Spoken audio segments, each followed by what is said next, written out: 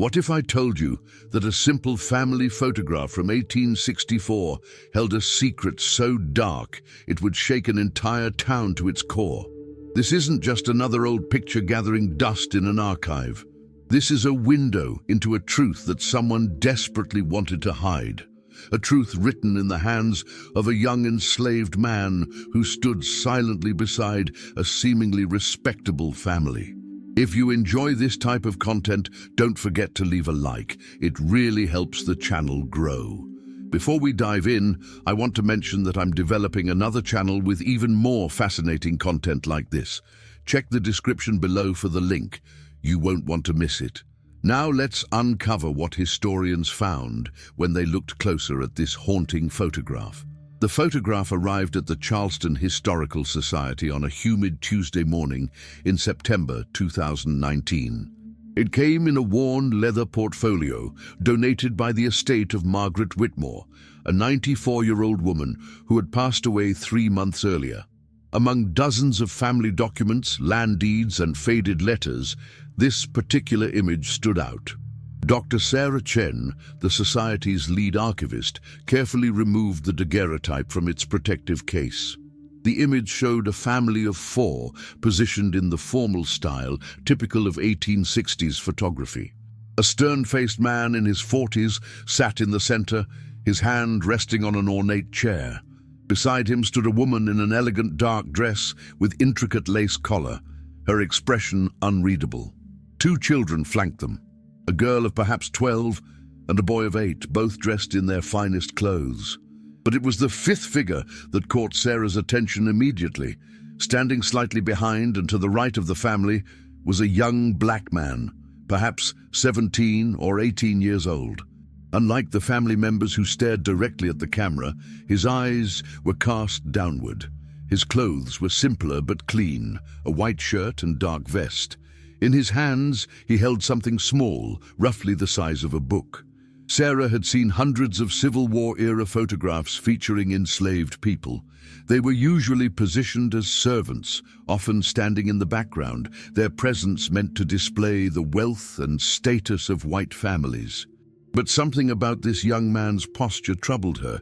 His shoulders were tense, his jaw tight, and whatever he held in his hands seemed to weigh more than its physical mass suggested. She made a note to return to the photograph after cataloguing the rest of the collection. But that evening, alone in her office, Sarah found herself drawn back to it. She placed the daguerreotype under her magnifying glass and adjusted the light. The object in the young man's hands began to take shape.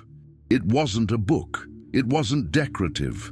As Sarah increased the magnification, her breath caught in her throat. The young man was holding a leather-bound ledger, and on its cover, barely visible but unmistakable, were the embossed letters, "Property Records." Sarah's hands trembled as she reached for her phone. She knew immediately that this photograph was more than a family portrait.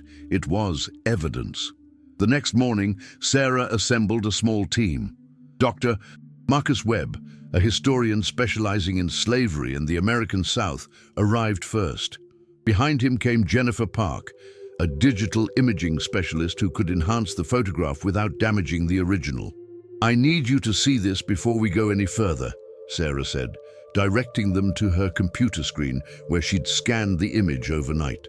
Marcus leaned in close, studying every detail. His expression darkened as he focused on the ledger. "Do you know who this family is?" Sarah nodded.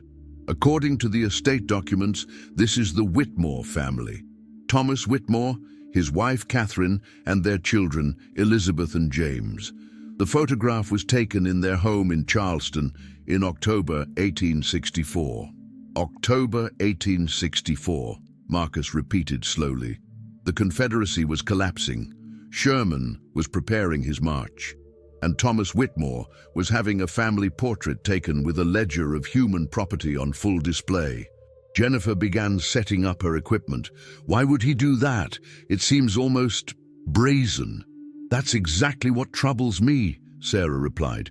"Most slaveholders at that point knew the war was lost. They were destroying records, not preserving them in photographs." "D'abord, If you're enjoying the story so far, leave a like and subscribe to the channel. It helps me continue bringing you these fascinating historical mysteries. As Jennifer worked her digital magic, enhancing and clarifying the image, more details emerged. The young man's face, previously shadowed, became clearer. He had strong features, high cheekbones, and eyes that held something Sarah couldn't quite name. Not fear, not anger, but something closer to resignation mixed with quiet defiance. "There's something else," Jennifer said, zooming in on the background. "Look at the wall behind them." On the wall hung several framed documents. Jennifer enhanced them one by one. They appeared to be certificates, awards, and official-looking papers. One caught Marcus's eye immediately.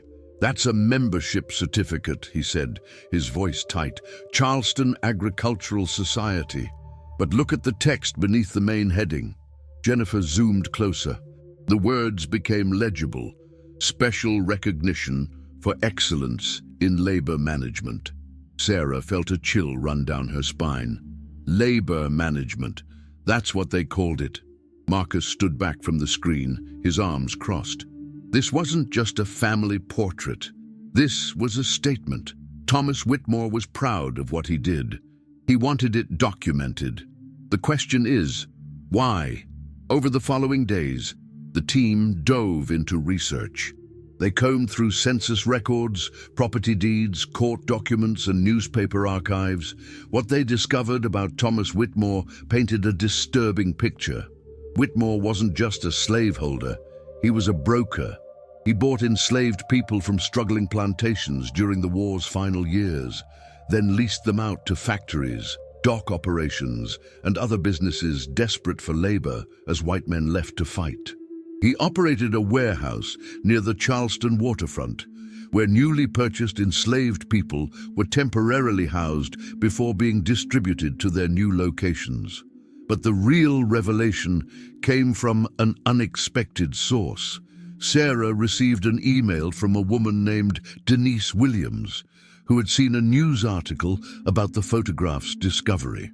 Denise explained that she was a descendant of enslaved people who had lived in Charleston, and her family had preserved oral histories passed down through generations. "My great-great-great-grandfather told stories about a man called the Keeper," Denise wrote. "He worked for a white man who bought and sold people even when everyone knew slavery was ending. The Keeper had to write down everything in a book. Names, ages, where people came from, where they were sent. My ancestor said the Keeper carried that book everywhere because if he lost it, he'd be killed." Sarah called Denise immediately. They spoke for nearly 2 hours. Denise shared details that matched perfectly with what the research was revealing about Thomas Whitmore's operations. "Do you have any information about the Keeper himself?" Sarah asked. "What happened to him?" There was a long pause on the line. "The stories say he disappeared the night Charleston fell. Some say he ran north. Some say Whitmore killed him to destroy evidence, but my family always believed something else." "What's that?" "They believed the Keeper kept copies, that somewhere there was another ledger with all the real names, all the real stories, and that one day it would be found." The search for the young man's identity became an obsession for Sarah's team. They now had a name from oral history, the Keeper, but no official record. Enslaved people rarely appeared in documents by their actual names, only by first names or numbered entries in ledgers. Marcus suggested they start with the Whitmore property records that had survived the war. Most slaveholders' documents had been destroyed, either deliberately or in the chaos of Charleston's evacuation, but the Historical Society had fragments from various estates. In a humidity-controlled storage room, they found 3 boxes labeled Whitmore Estate, Miscellaneous Documents, 1860-1865. Sarah pulled on cotton gloves and began carefully removing papers.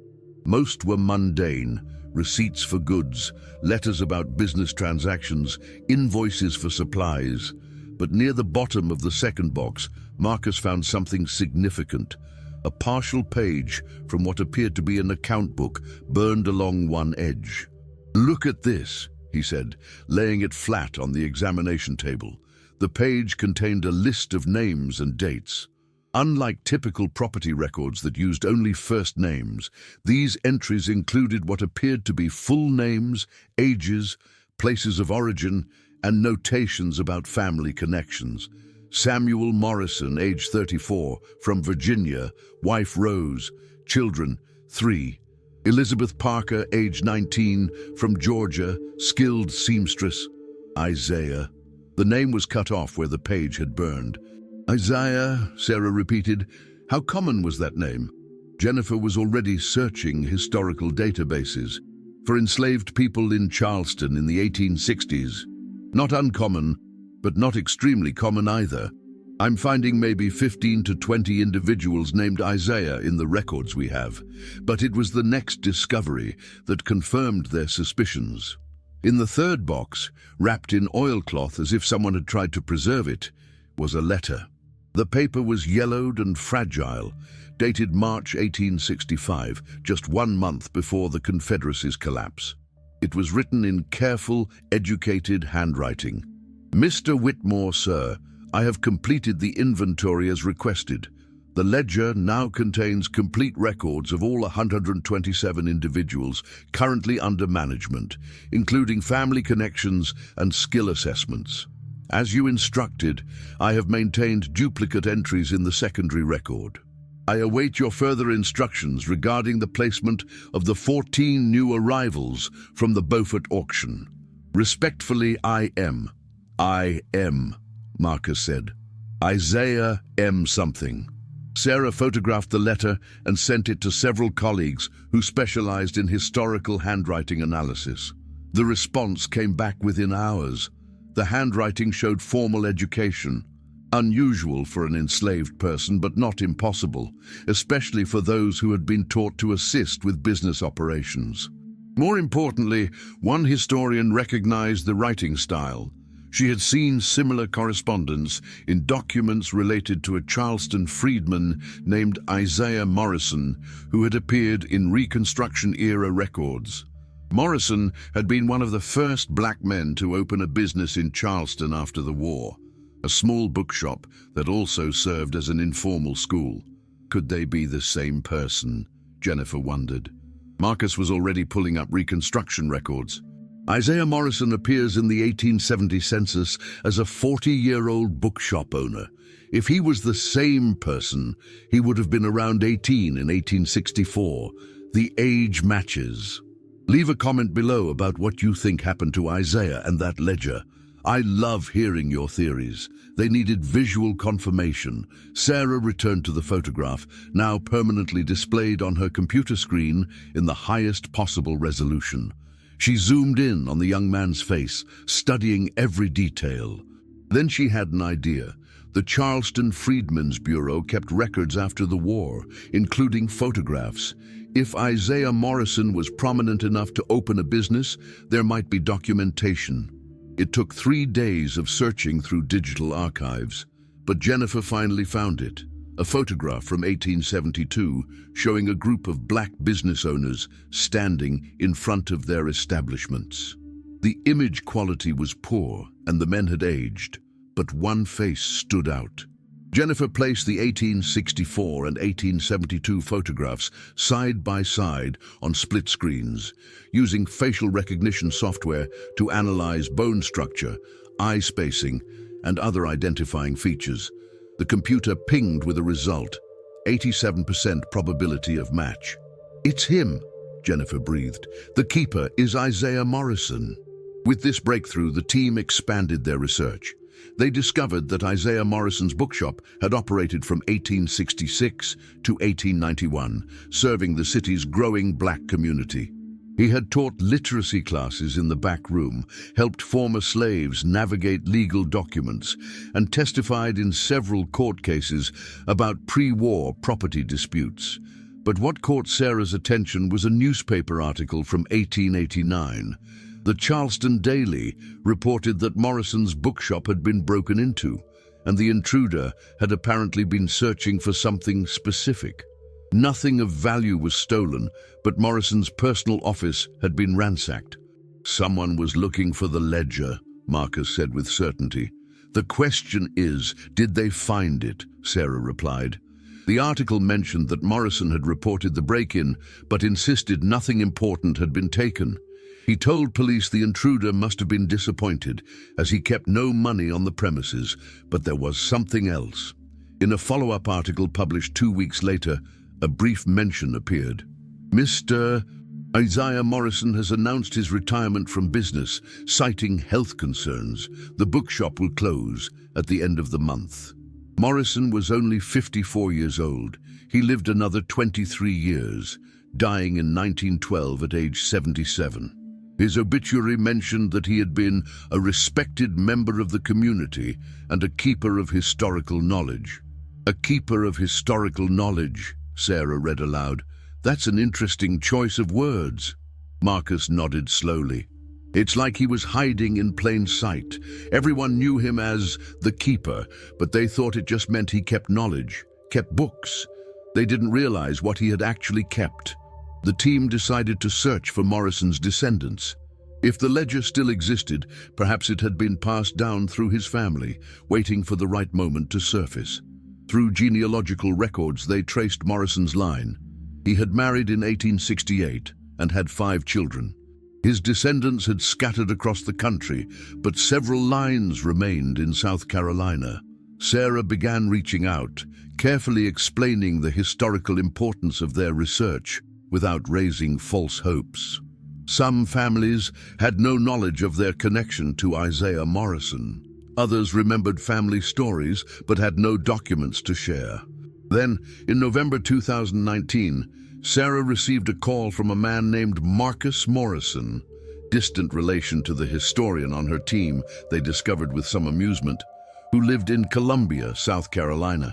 "My grandmother died last year," Marcus Morrison explained.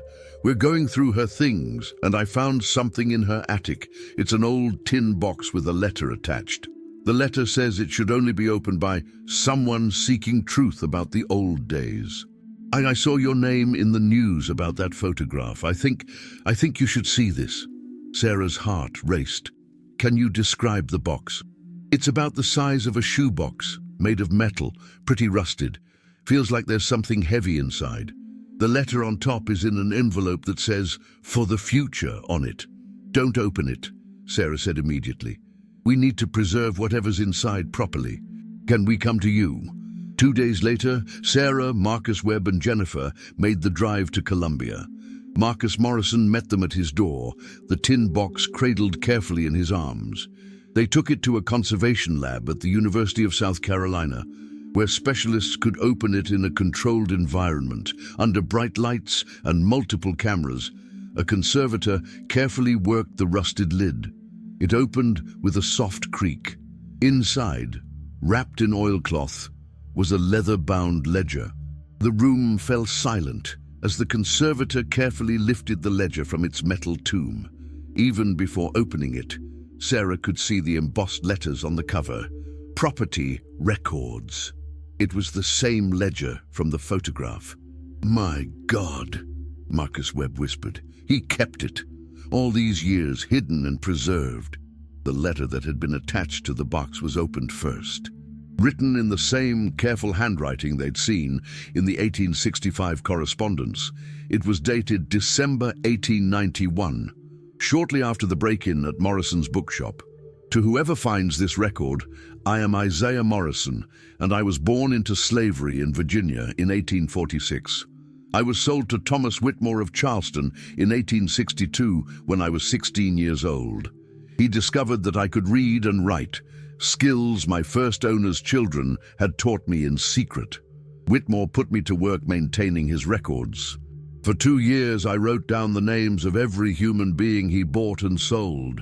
I recorded their stories, their families, their skills, their fears.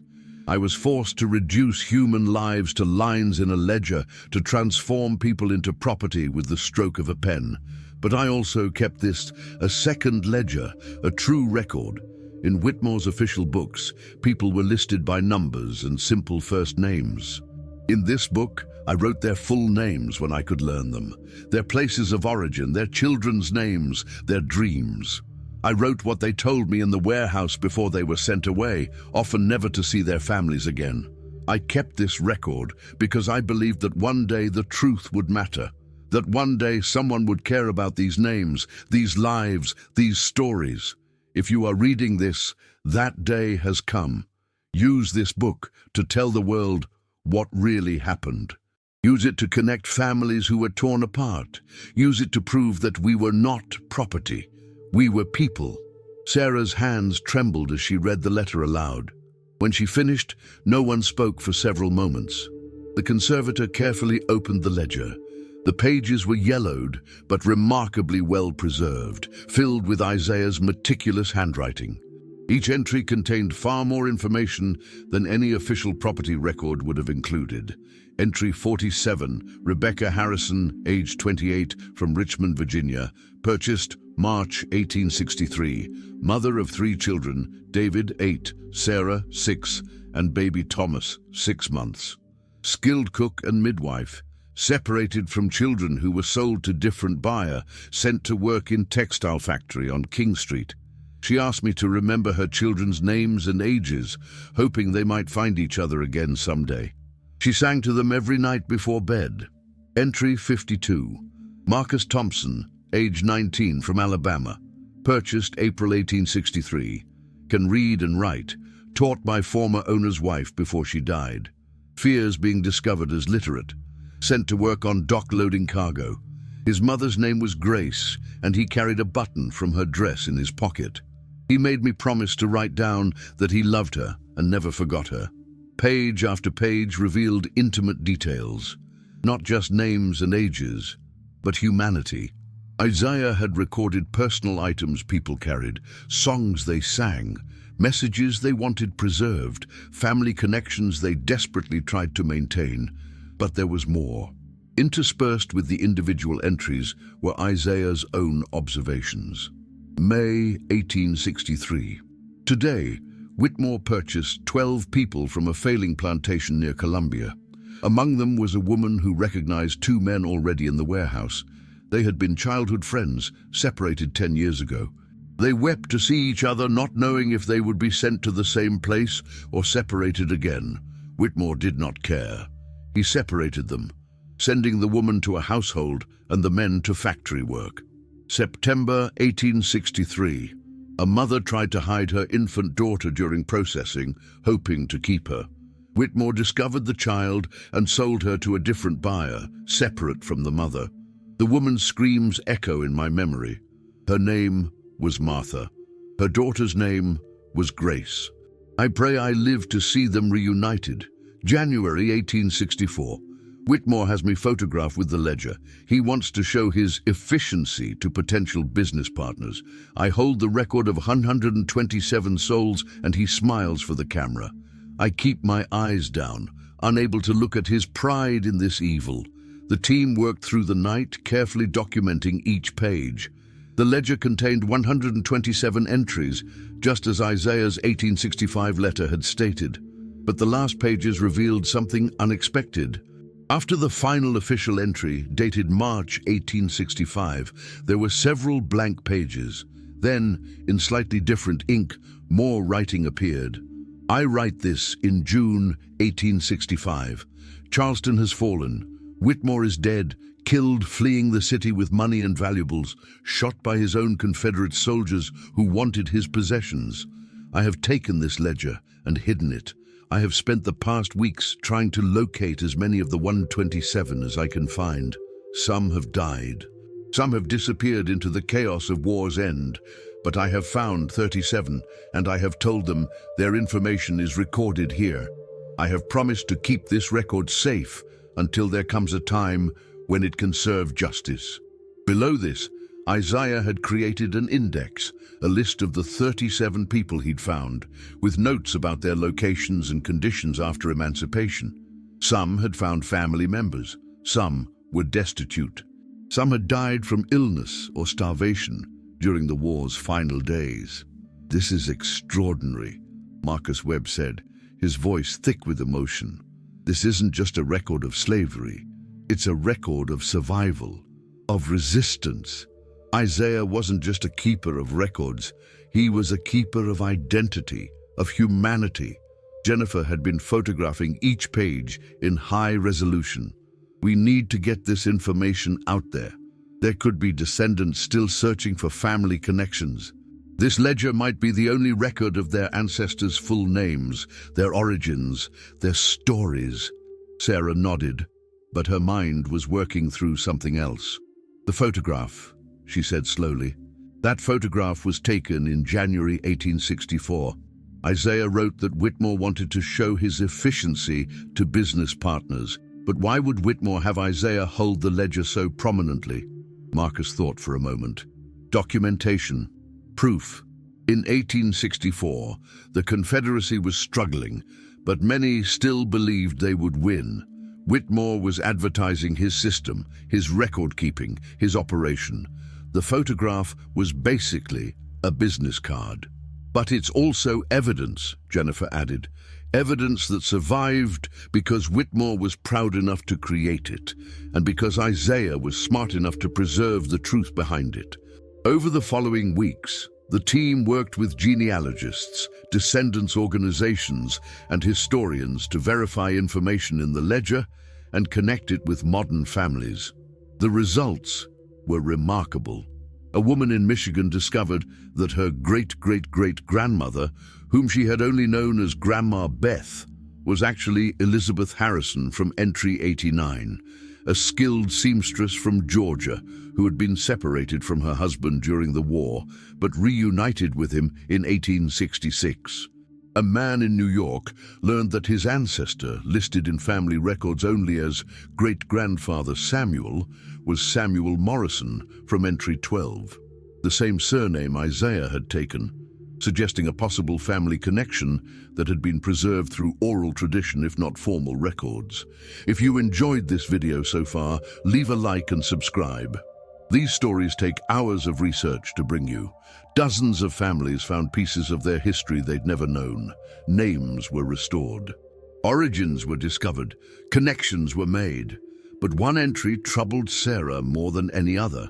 Entry 94, Grace Thompson, age 6 months, daughter of Marcus Thompson, entry 52. Sold separately from father. Buyer unknown. Whitmore marked record as private sale. No destination recorded. Father desperate for any information. I have failed to find her. This was the only entry in the entire ledger where Isaiah had written, I have failed. The pain in those words was palpable, even after 155 years. Sarah made it her personal mission to find out what happened to Grace Thompson. Using the father's information and the approximate date of sale, she began searching through scattered records of private sales, baptismal records, and any other documents that might reveal the fate of a 6-month-old girl sold in Charleston in 1863. It was like searching for a whisper in a hurricane. Private sales were rarely recorded. Infant slaves had high mortality rates. Even if Grace had survived, she might have been given a different name by her new owners. But Sarah refused to give up. If Isaiah Morrison had spent his life keeping these records, honoring these stories, she owed it to him and to Marcus Thompson to try. The mystery of Grace Thompson consumed Sarah for months. She enlisted help from genealogists across the country, posted in forums, and contacted every historical society in South Carolina. The search became something more than academic research. It became a personal mission. In March 2020, Sarah received an email from an amateur genealogist in Ohio named Patricia Green. Patricia had been working on her own family tree and had stumbled across Sarah's research posts about the Whitmore ledger. I think I might have found something, Patricia wrote. My great-great-grandmother's name was Grace Thomas. Family stories say she was adopted as an infant by a free black family in Charleston during the war. The surname Thomas is similar to Thompson, and the timeline matches. Could they be the same person? Sarah's heart raced as she read the email. She immediately called Patricia, and they spent hours comparing notes. Patricia sent copies of her family documents, a baptismal record from 1868 listing Grace Thomas, age 5, being baptized at a church in Charleston's free black community. The record noted that she had been taken in by the Thomas family during the war. Taken in, Sarah repeated, not born to them. That's significant.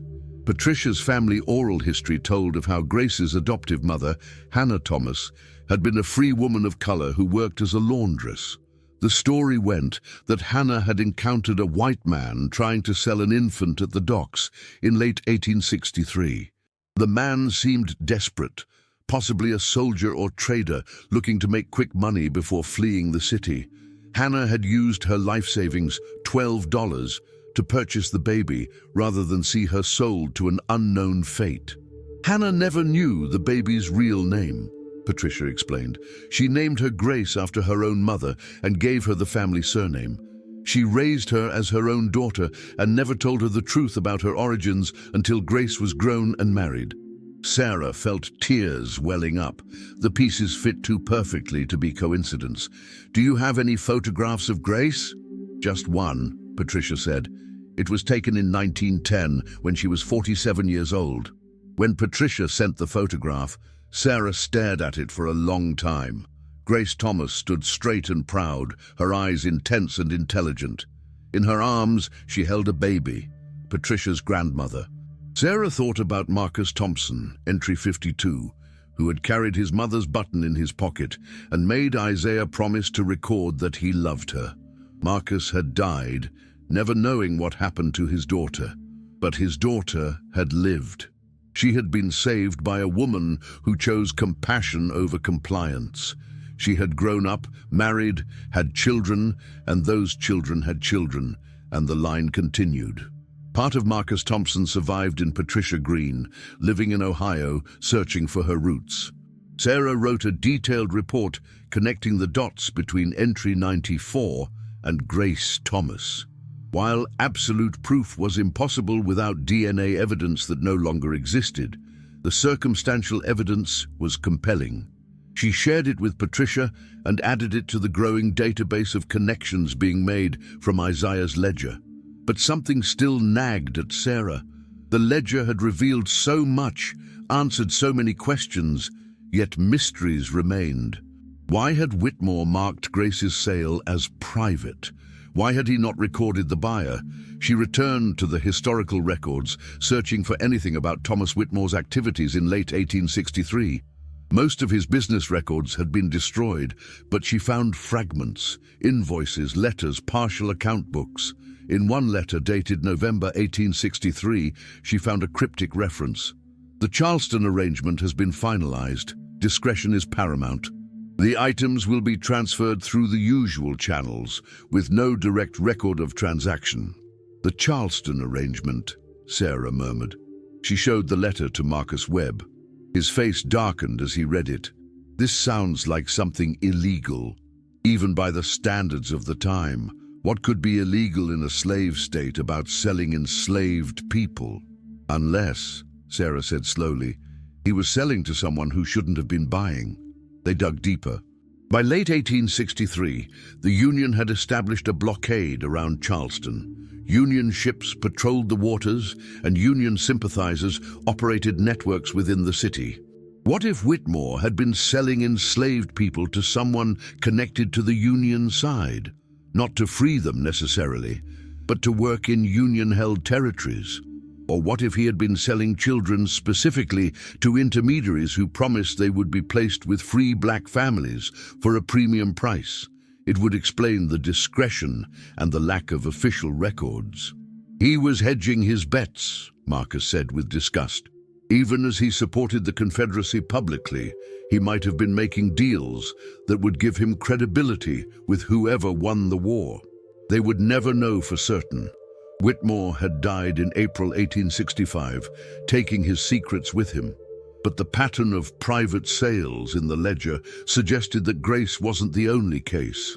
Isaiah had noted 6 other entries as private sale, no buyer recorded, all involving children under age 5. Sarah made a decision. She would search for each of those 6 children, or at least try to document what was known about private sales of young children in Charleston during that period. It would take years, but Isaiah had spent his entire life carrying the weight of those 127 stories. The least she could do was honor his work by continuing it. As 2020 progressed, the world changed. The pandemic hit, racial justice movements erupted across the country, and conversations about historical truth and accountability intensified. The Whitmore photograph and Isaiah Morrison's ledger took on new significance. Museums requested to display the photograph and ledger as part of exhibitions on slavery and resistance. Descendants of people listed in the ledger formed a coalition, calling themselves the 127 in honor of Isaiah's record-keeping. They pushed for historical markers, memorial services, and recognition of their ancestors' stories. The photograph itself became a symbol, not of slavery's horror alone, but of the witnesses who refused to let truth die. Isaiah Morrison, forced to stand in that 1864 photograph, holding the ledger that reduced humans to property, had transformed that very ledger into a weapon of preservation and resistance. In October 2020, exactly 156 years after the photograph was taken, a ceremony was held in Charleston. Descendants of the 127, historians, community members, and officials gathered at the site where Thomas Whitmore's warehouse had once stood. A historical marker was unveiled, bearing Isaiah Morrison's words from his letter, "We were not property, we were people." Sarah stood in the crowd, watching as Patricia Green laid flowers at the marker. Patricia's daughter, Grace, named for her ancestor, read aloud from the ledger, sharing the stories Isaiah had preserved. But even as the ceremony celebrated recovery and recognition, Sarah couldn't shake a lingering unease. That night, back in her office, she pulled up the photograph once more, studying Isaiah's face with new understanding. His eyes, which she had initially read as resigned, now seemed to hold something else. There was determination there, purpose. As if he knew, even in that moment in 1864, that the ledger in his hands would outlast Whitmore's pride. But there was something else too, something in the way his fingers positioned on the ledger, the slight angle of his grip. Sarah zoomed in as close as the image resolution would allow. On the ledger's leather cover, barely visible beneath Isaiah's fingers, was a small mark. It looked like a symbol, perhaps burned or carved into the leather. Sarah enhanced the image, adjusted contrast, sharpened edges. The symbol became clearer.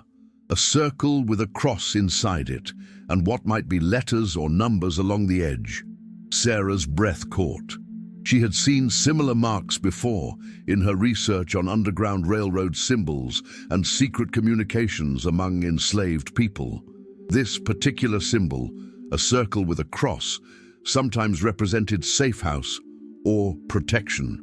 But why would Isaiah carve that into Whitmore's ledger? Unless it wasn't Whitmore's ledger at all. Sarah's mind raced. What if there were 2 ledgers? The official one Whitmore kept, and the secret one Isaiah maintained.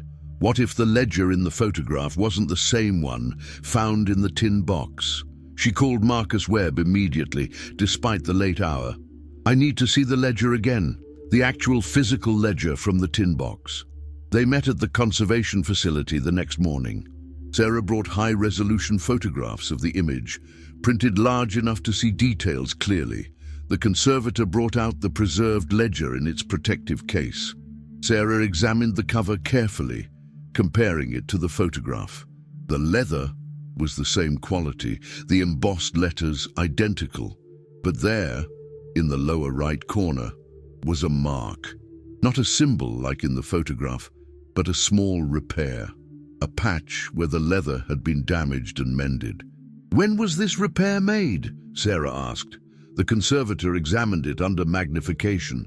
"Based on the type of stitching and the leather used for the patch, I'd say sometime between 1865 and 1870, definitely post-war."